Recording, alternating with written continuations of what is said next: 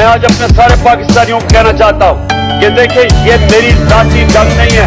ذاتی मफादात के लिए कोई अपनी जिंदगी खतरे में नहीं डालता, और अगर मैं ذاتی मफादात के लिए आज पब्लिक में निकल रहा हूँ या आप सबके पास जा रहा हूँ, तो वो कौन जिसकी जान खतरे में है, वो कौन अपनी ذاتی फायदों के लिए कोई तहरीक चलाता है? क्योंकि जिंदा होगा तो फायदा होगा। तो मैं ये वाज़ेह कर दूं कि ये जंग मेरी पाकिस्तानी कौम की मैं लड़ रहा हूँ, अब सबकी जंग लड़ रहा हूँ। मजदूर हो, चाहे हमारे रेडी वाले हो, चाहे हमारे किसान हो, चाहे प्रोफेशनल्स हो, जो टीचर्स हो, वकील हो, इस मुल्क के हमारे सरकारी नौकर हो, हमारी पुलिस वाले हो, हमारे फौज वाले हो, ये सबकी जंग है।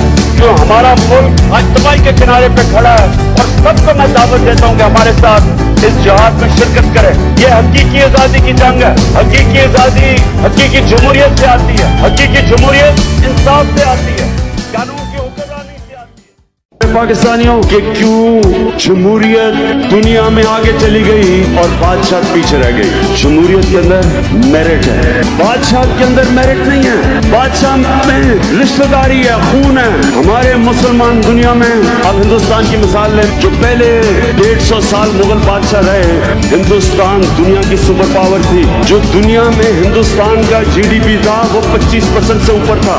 एक से एक बेहतर मुगल बादशाह आया। 4 मुगल बादशाहों ने तकरीबन 150 साल हुकूमत की, लेकिन औरंगजेब के बाद जो उसके बच्चे आए, किसी में भी कैपेबिलिटी नहीं थी। तो 7 मुगल बादशाह 13 साल में बदले, सारे एक से एक बदतर आया, और वही मुगल एम्पायर खत्म हो गया। उसी तरह ऑटोमन एम्पायर, एक से एक बेहतर ऑटोमन बादशाह आता रहा सुलेमान तक, सुलेमान द मैग्निफिसेंट। उसका बेटा ठीक नहीं था, और उधर से नीचे जाना शुरू हो गया। जमहूरियत में क्या होता है? क्योंकि खून के ऊपर नहीं सिलेक्शन होती लीडरशिप की, मेरिट के ऊपर होती है। जिस तरह इलामा इकबाल ने भी कहा, शाह वलीउल्लाह ने भी कहा कि मुसलमान पीछे बादशाह की वजह से रह गए। हमारे मुल्क में कायदे आजम के बाद क्यों नहीं कोई लीडर मिला?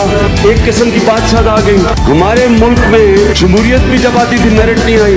नवाज शरीफ को किस तरह लीडर बनाया गया? मिलिट्री डिक्टेटर ने उठा के बना दिया, कोई मेरिट नहीं थी। आसिफ जरदारी और बिलावल भुट्टो कैसे लीडर बन गए? कागज के पर्चे पे कहा कि जनाब हमारी वालदा में छोड़ गई है। जमहूरियत भी आई, मेरिट तो नहीं आई। लेकिन नंबर 1 चीज कि जिस माशरे में मेरिट नहीं होती वो आगे नहीं बढ़ता।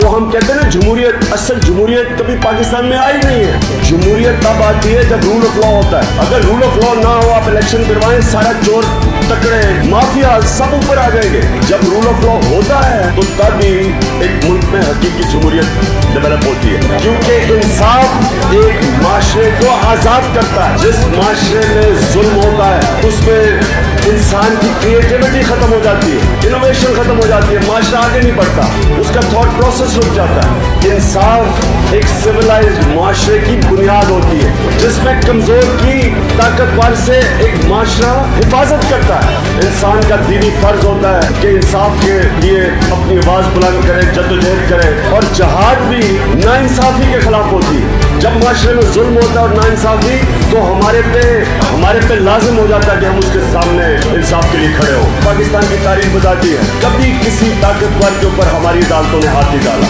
जो ताकतवर होता था उसके साथ चली जाती। पहले एक मुल्क में रूल ऑफ लॉ आता है,